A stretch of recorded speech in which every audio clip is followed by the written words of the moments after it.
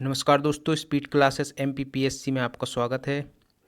आज से हम पढ़ने वाले हैं भूगोल की ये पहली क्लास है जिसमें मैं आपको बेसिक से शुरू करने जा रहा हूँ। आज से हम पढ़ने वाले हैं अक्षांश और देशांतर रेखा। ठीक है, जो पृथ्वी पर अक्षांश और देशांतर रेखाएं होती हैं वो क्या होती हैं आज हम पढ़ेंगे। इंग्लिश में इनको बोला जाता है लैटिट्यूड एंड लॉन्गिट्यूड। लैटिट्यूड मतलब अक्षांश और लॉन्गिट्यूड मतलब देशांत। तो इसको शुरू करने से पहले हमको क्या क्या पता होना चाहिए। देखिए, ये अपनी होती है क्या, पृथ्वी। ठीक है, इसके बीचों बीच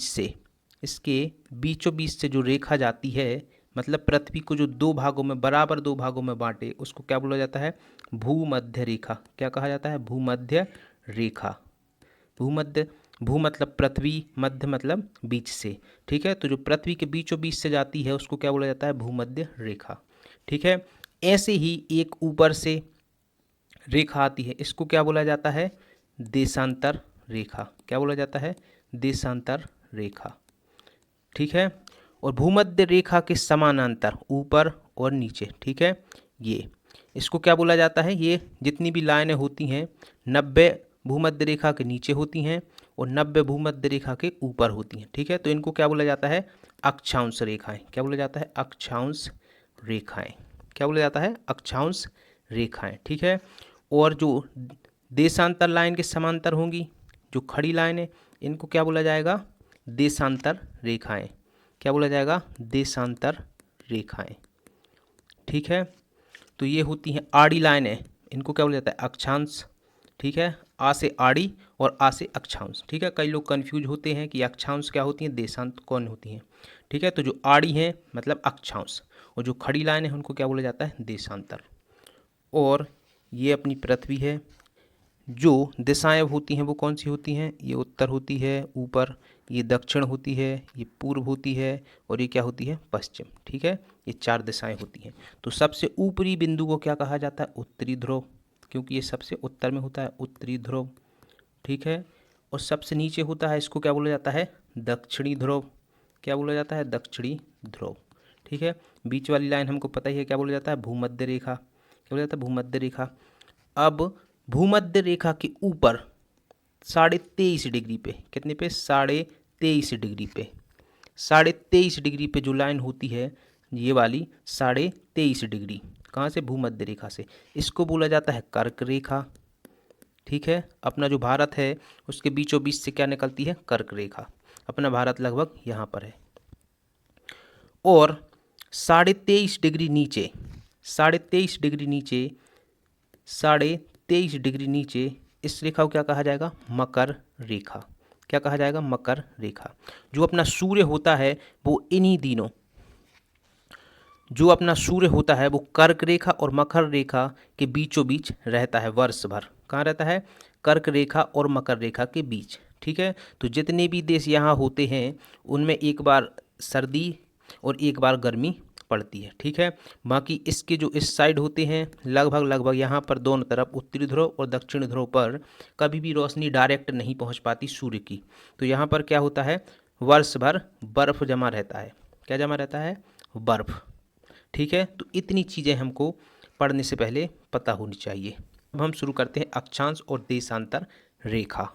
तो पृथ्वी में किसी स्थान की भौगोलिक स्थिति का निर्धारण अक्षांश और देशांतर रेखाओं द्वारा किया जाता है। ठीक है, अगर मेरे को किसी व्यक्ति की, किसी देश की, किसी गांव की अगर परफेक्ट स्थिति का पता लगाना है तो हमको क्या चाहिए, उसका अक्षांश और देशांतर। अगर मेरे को अक्षांश और देशांतर मतलब लेट और लॉन्ग पता है, लैटिट्यूड और लॉन्गिट्यूड, तो मैं उस गांव की, उस व्यक्ति की स्थिति परफेक्ट बता सकता हूँ। तो जब हम बचपन में ज्यामिति पढ़ते थे तो एक ग्राफ वाली कॉपी होती थी जिसमें आड़ी लाइनें होती थी कुछ, ठीक है, और क्या होती थी, खड़ी लाइनें होती थी। यही सेम क्या है, अक्षांश और देशांतर रेखाएं। ठीक है, तो हम क्या करते थे, मान लो कि कोई पॉइंट यहाँ पर है, ठीक है, तो एक्स अक्ष से उसकी दूरी मान लो 3 है और वाई से 4 है, तो हम क्या लिख देते हैं, 3 और 4। ठीक है, सेम कंडीशन हम किस में लगाते हैं, अक्षांश और देशांतर रेखाओं में। तो जो ग्लोब है उसको क्या माना गया है, पृथ्वी, और उसमें कुछ काल्पनिक खड़ी और आड़ी लाइनें हैं, वो रेखाएं काल्पनिक हैं जो मानव द्वारा बनाई गई हैं स्थिति का निर्धारण करने के लिए। किसी स्थान का अक्षांश धरातल पर उस स्थान की उत्तर से दक्षिण की स्थिति को तथा किसी स्थान का देशांतर, देशांतर मतलब खड़ी लाइन है, धरातल पर उस स्थान की पूर्व से पश्चिम की स्थिति को प्रदर्शित करता है। ठीक है। उत्तरी ध्रुव व दक्षिणी ध्रुव के अक्षांश क्रमशः 90° उत्तर तथा 90° दक्षिण है। तो इनके कहने का मतलब है जो अक्षांश है, मतलब जो आड़ी लाइन है वो उत्तर से दक्षिण, ये उत्तर है ये दक्षिण है, कोई व्यक्ति मान लो यहाँ पर है, ठीक है, तो अक्षांश जो है वो उत्तर से दक्षिण की स्थिति बताएंगी, और जो देशांतर लाइन है खड़ी वाली वो क्या बताएंगी, पूर्व से पश्चिम की स्थिति, पूर्व से कहाँ, पश्चिम की स्थिति। ठीक है, जहाँ पर ये मिलेंगी वो स्थिति का निर्धारण हो जाएगा। ठीक है, बिल्कुल ग्राफ पेपर की तरह। तो आगे चलते हैं। किसी भी स्थान के देशांतर को प्रधान याम्योत्तर के सापेक्ष अभिव्यक्त किया जाता है। देशांतर, देशांतर मतलब खड़ी लाइन, जो पृथ्वी की खड़ी लाइन है उसको क्या बोलते हैं, देशांतर। ठीक है, प्रधान याम्योत्तर मतलब कि जो देशांतर रेखा को ही क्या बोला जाता है, याम्योत्तर, जो एक बिल्कुल पृथ्वी के बीचों बीच से जाती है। जैसे कि भूमध्य रेखा होती है जो पृथ्वी को बीचों बीच से काटती है, ऐसे ही खड़ी रेखा होती है जो प्रधान, उसको क्या बोला जाता है, प्रधान यामोयुत्तर। क्या बोला जाता है, प्रधान यामोयुत्तर। तो देशांतर को प्रधान यामयोत्तर मतलब जो बीचों बीच खड़ी लाइन है इसके सापेक्ष अभिव्यक्त किया जाता है। तो आगे चलते हैं। अक्षांश रेखाएं, भूमध्य रेखा मतलब ये पृथ्वी के बीचों बीच वाली, भूमध्य रेखा के समानांतर किसी भी स्थान की उत्तरी अथवा दक्षिणी ध्रुव की ओर खींची गई रेखाओं को अक्षांश रेखाएं कहते हैं। भूमध्य रेखा को 0 अंश की अक्षांश रेखा माना गया है, मतलब ये जो भूमध्य रेखा है इसको क्या माना गया है, 0 डिग्री। ठीक है, भूमध्य रेखा से उत्तरी ध्रुव की ओर सभी दूरियां उत्तरी अक्षांश और दक्षिणी ध्रुव की ओर सभी दूरियां दक्षिणी अक्षांश से मापी जाती हैं। मतलब इस रेखा, भूमध्य रेखा के नीचे वाले को क्या बोलेंगे, दक्षिणी अक्षांश जितनी भी रेखाएं होंगी, और ऊपर वाली को क्या बोला जाएगा, उत्तरी अक्षांश जितनी भी रेखाएं होंगी। ठीक है, वैसे इसके भूमध्य रेखा के ऊपर उत्तरी ओर कितनी हैं, 90 रेखाएं, और दक्षिण में कितनी हैं, 90 रेखाएं। ठीक है, तो 90 और एक भूमध्य रेखा, ऐसी टोटल कितनी अक्षांश रेखा हैं, 181। ये क्वेश्चन भी पूछा गया है कि अक्षांश रेखाओं की संख्याएं कितनी हैं, तो कितनी है, 181। कई बार क्या होता है, जो ध्रुव पर होती हैं वो रेखाएं एक बिंदु के समान हो जाती हैं। ठीक है, तो इस बिंदु को कई पुस्तकों में नहीं गिना गया है तो वो 2 घटा देते हैं तो क्या बन जाता है, 179। ये दोनों ही आंसर सही है, जो भी ऑप्शन में मिल जाए। ध्रुवों की ओर बढ़ने पर भूमध्य रेखा से अक्षांश की दूरी बढ़ने लगती है। इसके अतिरिक्त सभी अक्षांश रेखाएं परस्पर समानांतर और पूर्ण वृत्त होती हैं।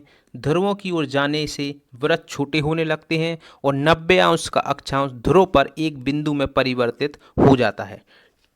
मतलब विषुवत रेखा पे जो वृत्त बनेगा वो सबसे बड़ा बनेगा, ऊपर जाएंगे तो उससे छोटा, फिर उससे छोटा, फिर उससे छोटा, फिर उससे छोटा, और जो उत्तरी ध्रुव पर पहुंचेंगे तो एक बिंदु के बराबर लाइन या वृत्त बचेगा। ऐसे ही दक्षिण ध्रुव पर क्या होगा, दक्षिण ध्रुव पर जब पहुंचेंगे तो एक बिंदु के समान क्या होगा, वृत्त बन जाएगा।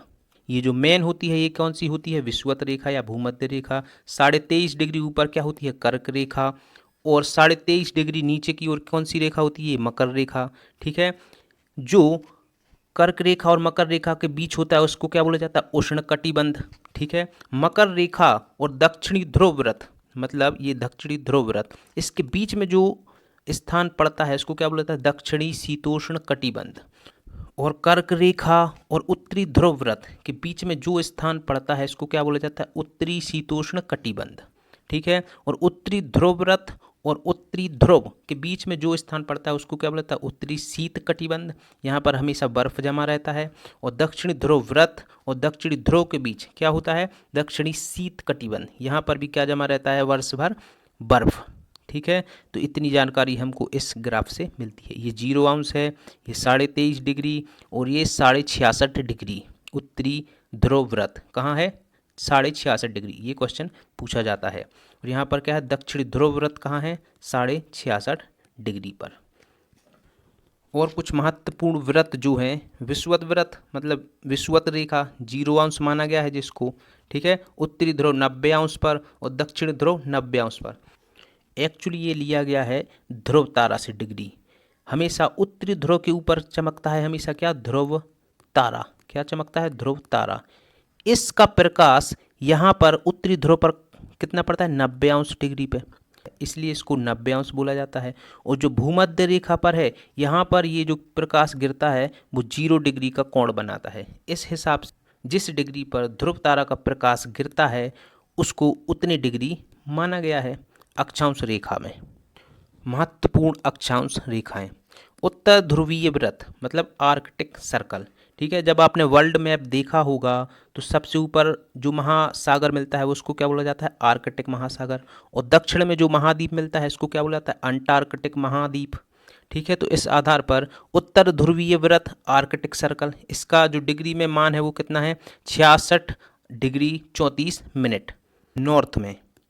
ठीक है, कर्क रेखा का 23.5 डिग्री है ऊपर उत्तर की ओर। मकर रेखा जो है भूमध्य रेखा के नीचे आती है 23.5 डिग्री साउथ में। दक्षिण ध्रुवीय व्रत इसको क्या बोला जाता है, अंटार्कटिक सर्कल या अंटार्कटिक व्रत 66.5 डिग्री साउथ में। ठीक है, तो ये चारों क्वेश्चन पूछे जाते हैं। पृथ्वी के ताप कटिबंध, ठीक है, उष्ण कटिबंध। उष्ण कटिबंध क्या होता है, कर्क रेखा एवं मकर रेखा के बीच के सभी अक्षांश पर सूर्य वर्ष में एक बार दोपहर में सिर के ठीक ऊपर होता है, इसलिए इस क्षेत्र में सबसे अधिक ऊष्मा प्राप्त होती है। ठीक है, कर्क रेखा और मकर रेखा के बीच ही क्या होता है, सूर्य का प्रकाश डायरेक्ट पड़ता है। इसे उष्ण कटिबंध कहा जाता है। क्या कहा जाता है, उष्ण कटिबंध। उष्ण मतलब गर्मी वाला क्षेत्र। कर्क रेखा और मकर रेखा के बाद किसी भी अक्षांश पर दोपहर का सूर्य कभी भी सिर के ऊपर नहीं होता। ध्रुव की तरफ सूर्य की किरणें तिरछी होती जाती हैं। ठीक है, इसलिए क्या होता है, ध्रुवों पर बर्फ जमी रहती है। अगला है शीतोष्ण कटिबंध। उत्तरी गोलार्ध में कर्क रेखा एवं उत्तर ध्रुव व्रत तथा दक्षिणी गोलार्ध में मकर रेखा एवं दक्षिणी ध्रुव व्रत के बीच वाले क्षेत्र का तापमान मध्यम रहता है, ना ज़्यादा गर्मी ना ज़्यादा सर्दी, इसलिए इसे शीतोष्ण कटिबंध कहा जाता है। ऊपर मैंने जो डायग्राम में एक्सप्लेन किया था। अगला है शीत कटिबंध। उत्तरी गोलार्ध में उत्तरी ध्रुव एवं उत्तरी ध्रुव तथा दक्षिणी गोलार्ध में दक्षिणी ध्रुव व्रत तथा दक्षिणी ध्रुव के बीच क्षेत्र में ठंड बहुत होती है। मतलब सीधी बात, मतलब कि उत्तरी ध्रुव और दक्षिणी ध्रुव के आसपास वाला एरिया, क्योंकि यहाँ सूर्य क्षितिज से ज़्यादा ऊपर नहीं आ पाता, इसलिए ये शीत कटिबंध कहलाते हैं। अगला है देशांतर रेखाएं। तो क्या होती हैं देशांतर रेखाएं, मैं बता ही चुका हूँ। जैसे जो पृथ्वी पर जो खड़ी लाइनें होती हैं उनको क्या बोला जाता है, देशांतर रेखाएं। ठीक है, तो ये क्या होता है, जो प्रधान यामयोत्तर होती है, जो प्रधान देशांतर रेखा होती है ये होती है 0 डिग्री। ठीक है, इसके राइट साइड में जाएंगे तो 30 डिग्री, 15 डिग्री, 60 डिग्री, 90 डिग्री और 180। ठीक है, तो 0 के बिल्कुल पीछे कौन सी रेखा होती है, 180 डिग्री वाली। ठीक है, ऐसे ही लेफ्ट साइड में जाएंगे तो 15, 30, 45, 60, 90, 120, 150 फिर 180। ठीक है, तो 180 रेखाएं दाएं तरफ और 180 रेखाएं कहाँ होती हैं, बाएं तरफ। ठीक है, तो कुल कितनी रेखाएं होती हैं, 360 रेखाएं। ठीक है, तो ये जो खड़ी लाइन है इनको क्या बोला जाता है, देशांतर रेखाएं। उत्तरी ध्रुव से दक्षिणी ध्रुव को मिलाने वाली 360 डिग्री रेखाओं को देशांतर रेखाएं कहा जाता है। यह ग्लोब पर उत्तर से दक्षिण दोनों भूगोलीय ध्रुवों उत्तरी ध्रुव और दक्षिणी ध्रुव के बीच खींची हुई काल्पनिक मध्याह्न रेखाओं को देशांतर रेखा कहा जाता है। ये इसकी हो गई परिभाषा। ठीक है, जो मध्याह्न रेखा जिस बिंदु या स्थान से गुजरती है उसका कोणीय मान उस स्थान का देशांतर होता है। सभी देशांतर रेखाएं अर्धवृत्ताकार होती हैं, ये समानांतर नहीं होती, वह उत्तरी व दक्षिणी ध्रुवों पर अभिसारित होकर मिल जाती हैं। मतलब ये है कि यहाँ से जो व्रत जाएगा इसके पीछे ऐसा व्रत पूरा कंप्लीट कर लेंगे। ठीक है, ऐसे इसके बाजू में, ऐसे इसके बाजू में, वह उत्तरी व दक्षिणी ध्रुवों पर अभिसारित होकर मिल जाती हैं। इनका मतलब है कि ये पृथ्वी है, इस यहाँ से जाएगी 0 डिग्री और उस साइड से 180 डिग्री, ऐसा व्रत ये कंप्लीट करेंगी।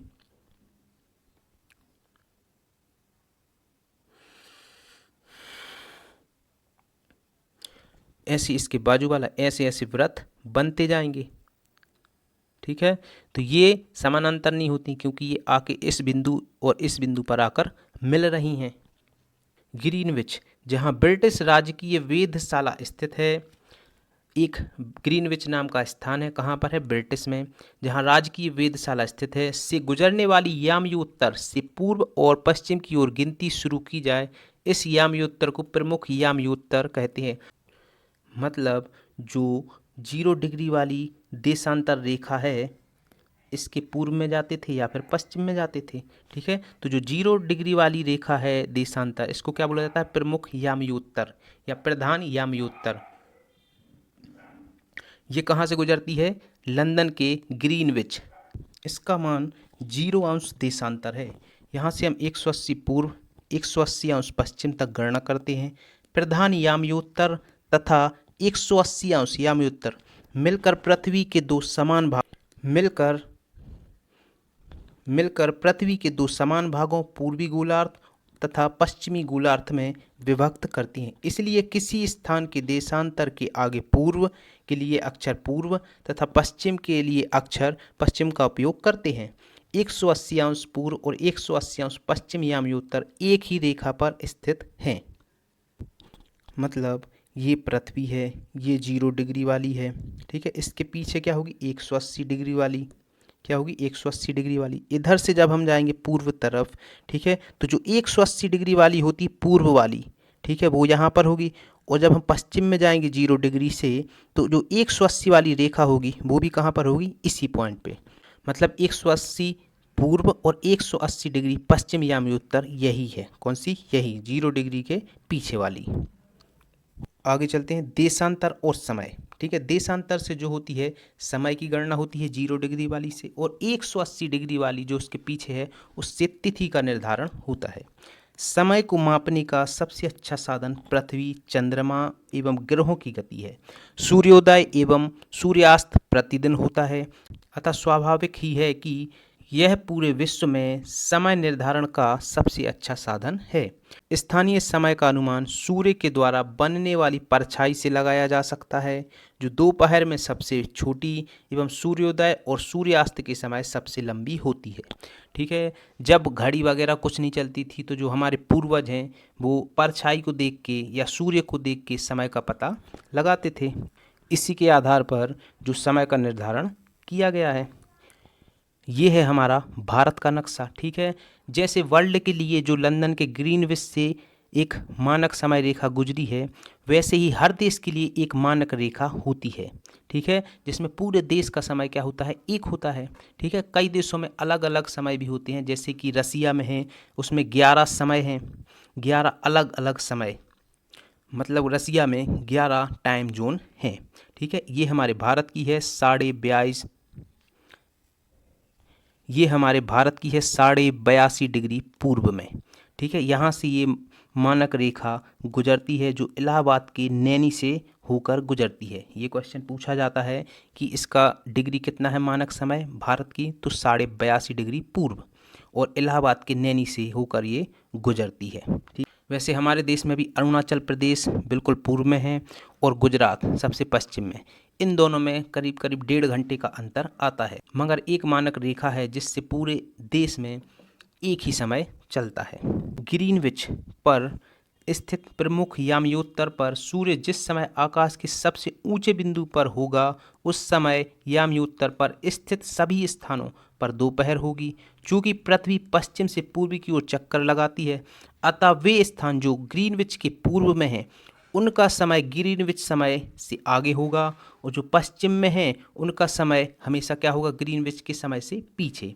हमारा भारत ग्रीनविच के पूर्व में है, जिससे क्या होता है 5.5 घंटा हमारा समय ग्रीनविच से क्या होता है, आगे होता है। ठीक है, भारत के मध्य भाग इलाहाबाद के मिर्ज़ापुर के नैनी से होकर गुजरने वाली रेखा है। भारत के मध्य भाग इलाहाबाद के मिर्ज़ापुर के नैनी से होकर गुजरने वाली यामयोत्तर रेखा 82.5 डिग्री के स्थानीय समय को देश का मानक समय माना जाता है। ठीक है, जो हमारे भारत की रेखा है वो मानक समय रेखा मिर्ज़ापुर के नैनी से होकर गुजरती है। पृथ्वी लगभग 24 घंटे में अपने अक्ष पर 360 डिग्री घूम जाती है, अर्थात 1 घंटे में 360/24 मतलब 15 डिग्री एवं 4 मिनट में 1 अंश घूमती है, अर्थात डिग्री देशांतर दूरी तय करने में 4 मिनट का समय लगता है।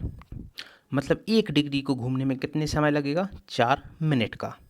भारत के गुजरात के द्वारका एवं असम के डिब्रूगढ़ वेफ स्थानीय समय में लगभग 1 घंटा 45 मिनट का अंतर है। भारत और ग्रीनविच लंदन के समय में 5.5 घंटे का अंतर है। जबकि लंदन में दोपहर 2 बजे होंगे, तब भारत में कितना बजा होगा? 5.5 घंटा आगे, मतलब 7:30 शाम के बजे होंगे। कुछ देशों का स्थानीय विस्तार अधिक होता है, जिसके कारण वहां एक से अधिक मानक समय अपनाए गए हैं। उदाहरण के लिए रूस में 11 मानक समयों को अपनाया गया है। विषुवत रेखा पर इसके बीच की दूरी अधिकतम 111.32 किलोमीटर होती है। मतलब 2 अक्षांश रेखाओं के बीच की दूरी कितनी होती है? 111 किलोमीटर। ठीक है, ये याद रखिएगा, ये क्वेश्चन पूछा जाता है। अन्य महत्वपूर्ण तथ्य, कटिबंध क्या होते हैं? 2 अक्षांश रेखाओं के बीच के क्षेत्र को कटिबंध कहा जाता है। ठीक है, 2 अक्षांश हैं, इनके बीच क्या होगा? जो क्षेत्र होगा इसको क्या बोला जाएगा? कटिबंध। इसकी एक विशेषता है कि इनका तापमान एक जैसा होता है। यहाँ पर अगर मान लो कि 24 डिग्री है, तो यहाँ पर भी क्या होगा? 24 डिग्री। ठीक है, इस पूरे क्षेत्र में कितना होगा? 24 डिग्री।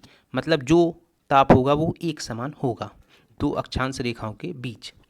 ग्रिड क्या कहलाता है? 2 देशांतर रेखाओं के बीच के क्षेत्र को ग्रिड कहा जाता है। मतलब जो 2 खड़ी रेखाओं के बीच का क्षेत्र है इसको क्या कहा जाएगा? ग्रिड। ठीक है, तो अक्षांश रेखाओं के बीच को क्या कहा जाएगा? कटिबंध। और देशांतर रेखाओं के बीच के क्षेत्र को क्या कहा जाएगा? ग्रिड। तो आज के लिए इतना काफ़ी है। मिलते हैं नेक्स्ट वीडियो में। चैनल को सब्सक्राइब जरूर कर लें। Thank you.